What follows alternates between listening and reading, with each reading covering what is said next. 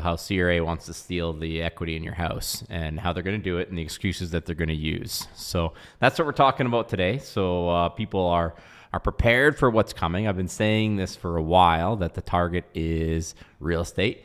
It's the easiest target out there. It's immovable. It's easy to find. They understand the transactions. And when I give you a glimpse into the absurdity of how they, start taxing what is supposedly a tax-free disposition of principal residences, it's going to open a lot of people's eyes because it's happening on a more frequent basis at this point. And I think people will be shocked. They will be absolutely shocked when they see the reasons of why they would do it. Okay. So I want to get into it here. What I'm going to do is I'm actually going to share something with you guys here. And I've redacted this, but this is not like, I think they might see some other things that are like little clickbaity on the internet and things like that. This is an actual audit file from CRA. I'm going through, I've redacted all of the, the client specific stuff in there, but I want to show you the reasons that they're using, the 12 criteria that they're using. First of all, it's kind of interesting. The entire sentence, they don't even make sense in their sentence. There's no provision in the Income Tax Act which describes the circumstances which gains from the sale of real estate are determined to be either income or, and then it just goes into a list. They don't finish that rest of that sentence. But, 75,000 employees, they can't proofread the document. But and they're gonna assess you tax based on this document on the largest transaction of your life. So let's go through the criteria that they're starting to evaluate people, with more frequency on the sales of principal residences. Okay, so I have this document here, just so people know. This is what I'm reading it from. It's an actual audit file that from a client file that we're using redacted, but this is the standard criteria that they're looking at.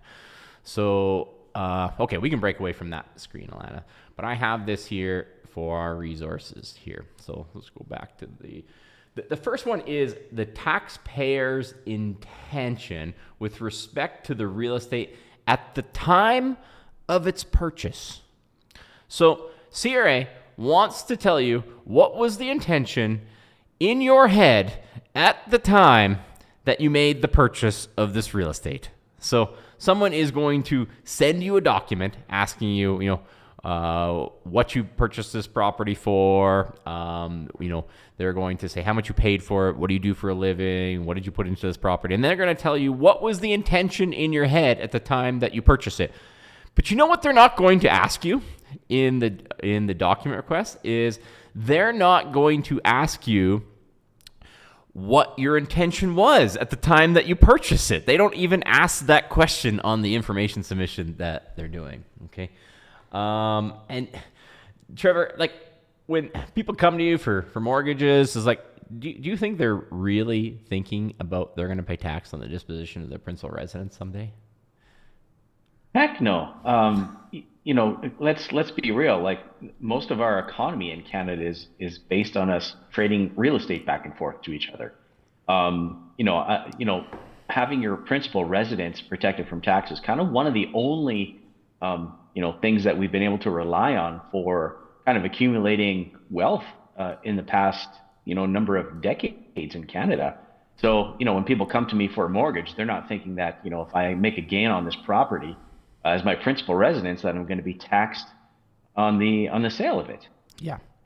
I mean, but CRA is going to tell you that your intention was to sell it for, your intention was to trade it right away.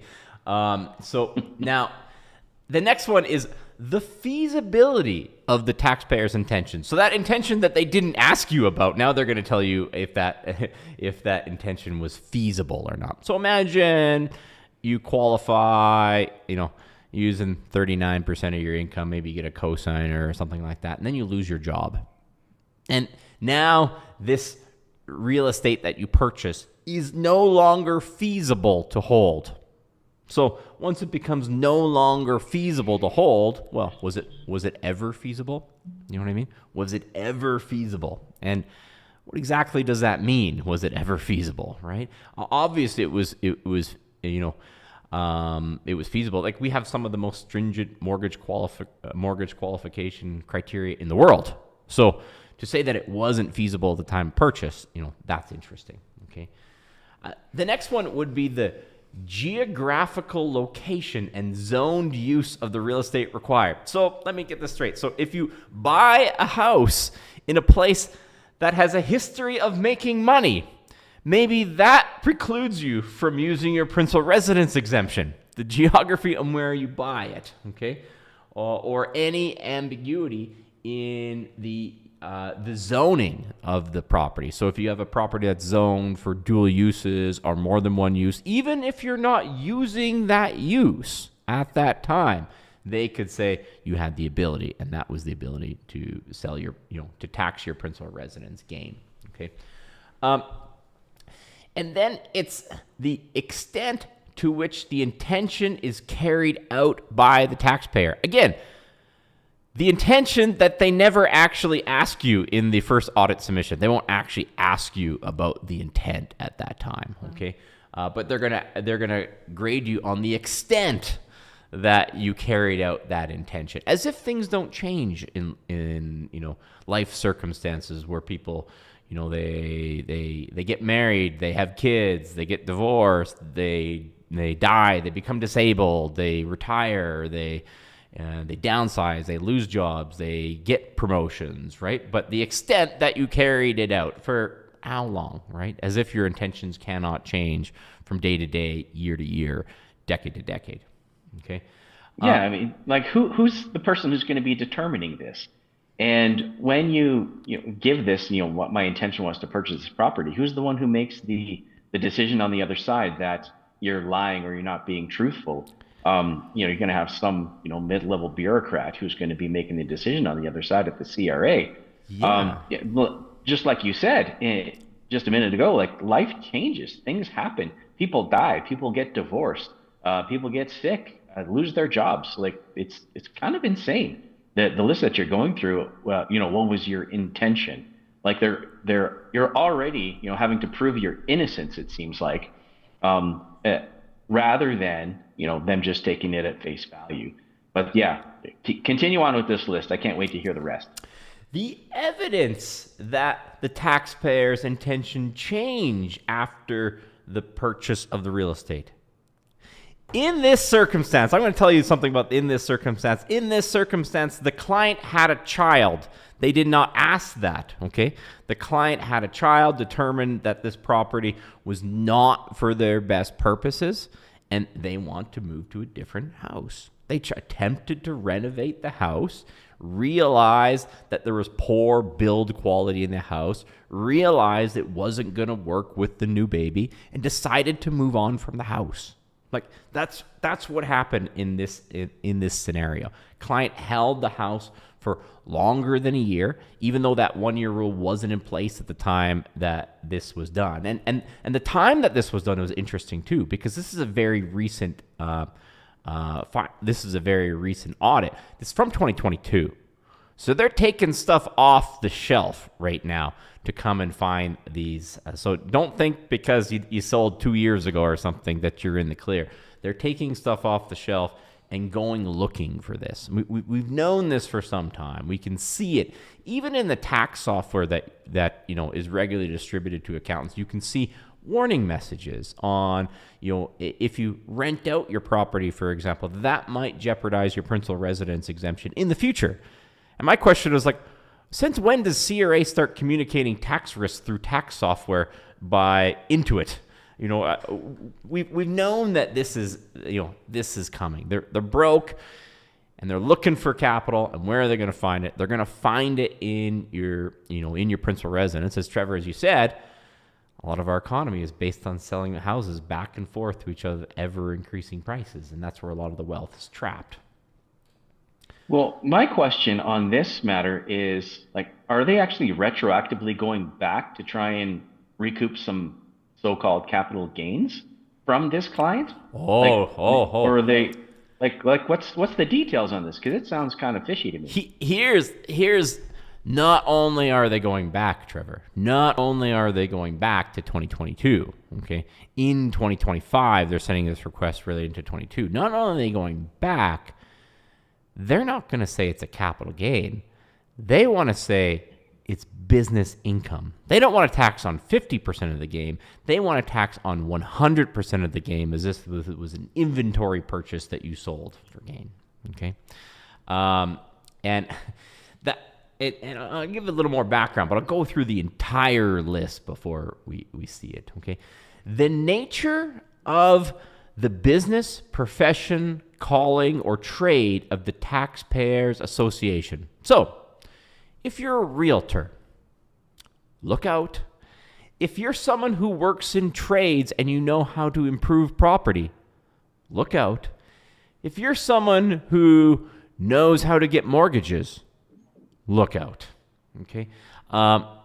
Just the industry that you work on, they are going to discriminate on if you should be able to use your principal residence exemption or not.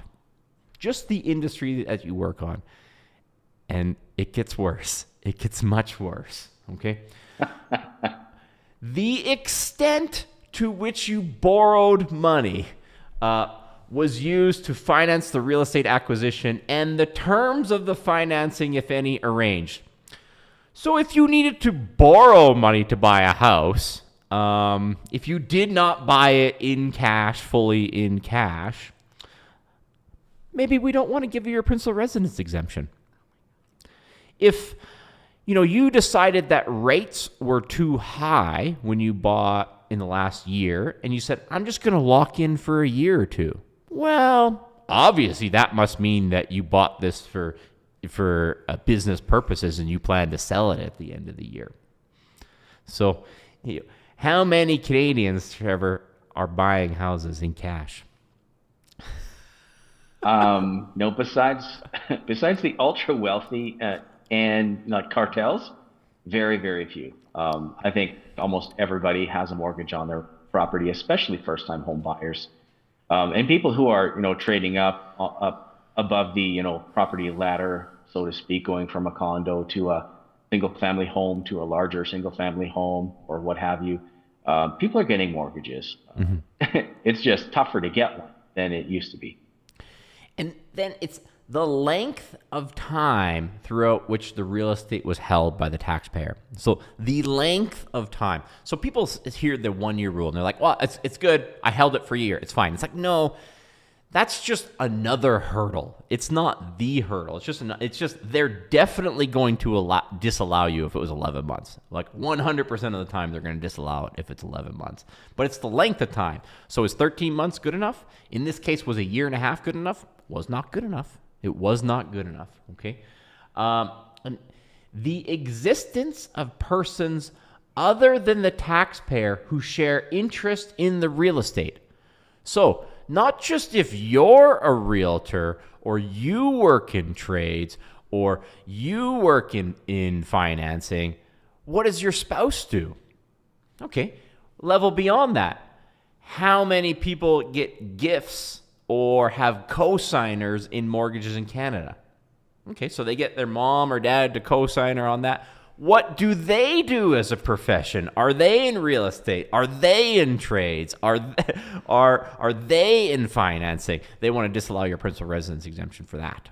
Okay, so people are saying it's like, well, we don't want to lose your principal residence exemption. It's like, guess what? You're already losing it. Administratively, they're already starting to block this. Okay.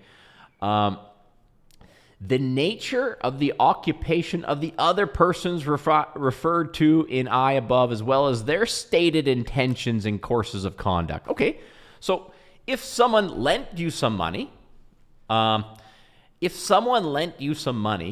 we already talked about what their profession is, that other person. But if they lent you some money, what was their intentions? Well, most of the time when people lend money, it's to make a rate of return. Inherently, it's to make a rate of return. That's the goal of it, right? And so what that in itself, the intentions of the other person on the title, that can block your principal residence exemption, okay? Factors which motivated the sale of the real estate. I want to focus on those factors that motivated the sale. Because this one, when you think about it, it's absurd. It's like in this case, the client sold because it wasn't going to work for their growing family.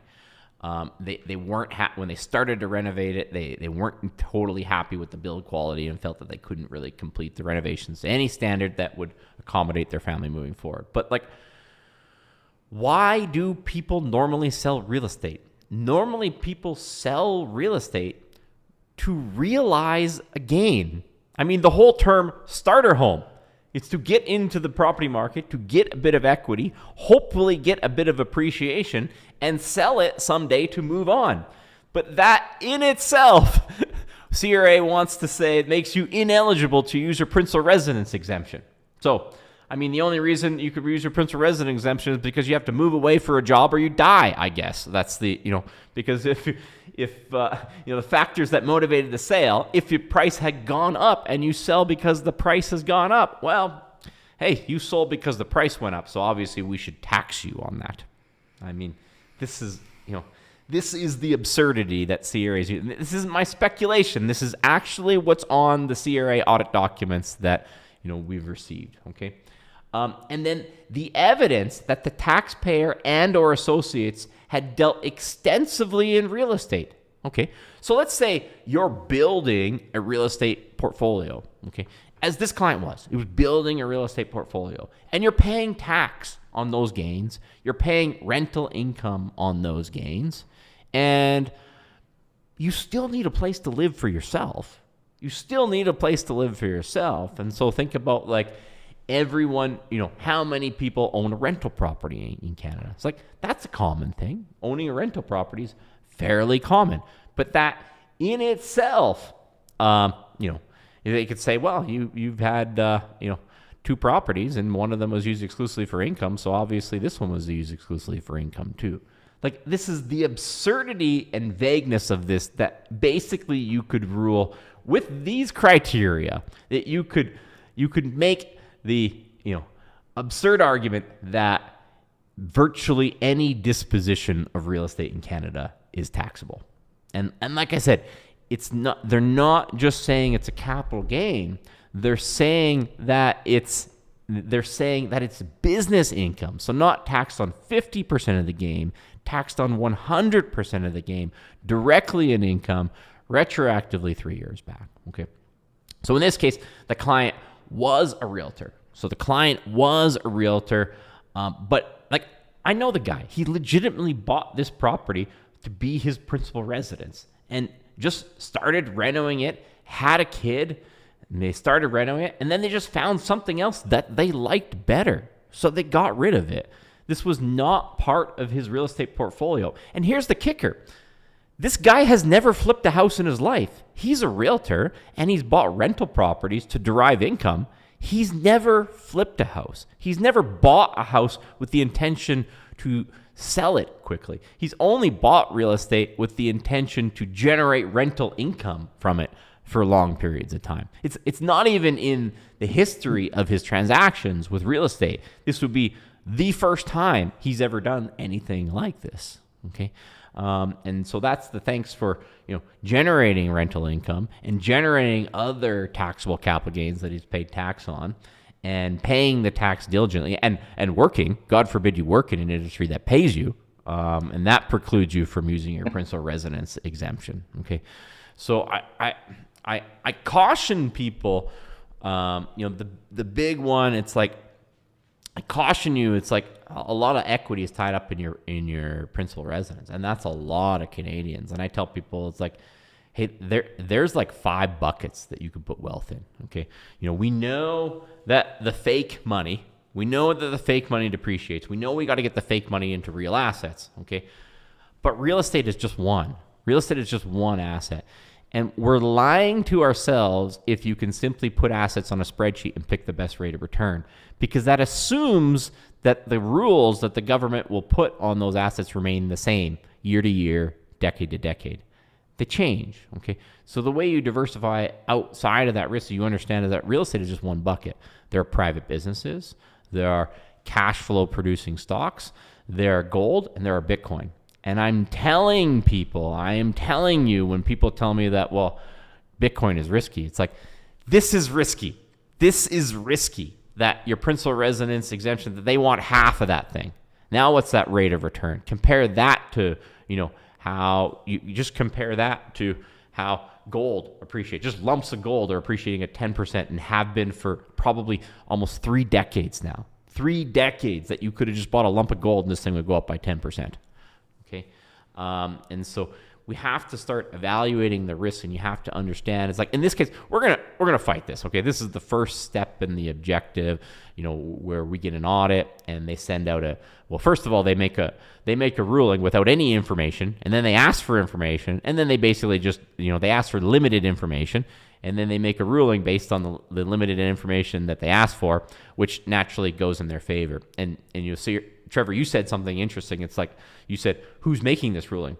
Well, someone, a bureaucrat who has a key performance indicator, and one of them is how much tax do they collect from these activities? So they're intrinsically motivated to rule in favor of CRA because it makes their stats look better. Okay, I went out and collected this tax revenue, so why would they do it fairly, right? And so, in this case, the next step in the process is we've already objected to the assessment, and then we'll go through the objection process. Anyone want to guess how long the objection process is that we're going to go through? Oh man, probably 6 to 12 months. 18 months. Told the client, par for the course. 18 months. Like hopefully in 90 days they'll write us back saying they received our objection, and then they'll probably advise on the timelines, and a lot of those objection timelines usually 18 months. Okay. This guy is going to sit there, and you kind of got 2 options when you do it. Like, once we get it under formal objection, they're going to stop any collection action on it, but the interest still accrues. So the interest accrues, right? And of course, if the interest accrues and you end up having to pay CRA, they charge you a higher rate of interest. And if they owe you, they'll pay you a lower rate of interest. So it's not even a fair game there. Okay, and so what will be the process there? Hopefully will be will be successful in the objection process, because then you get in front of someone whose KPI is not how much tax I collected. The person who sent this out from CRA, they have their key performance indicators. How much tax revenue did you receive from this process?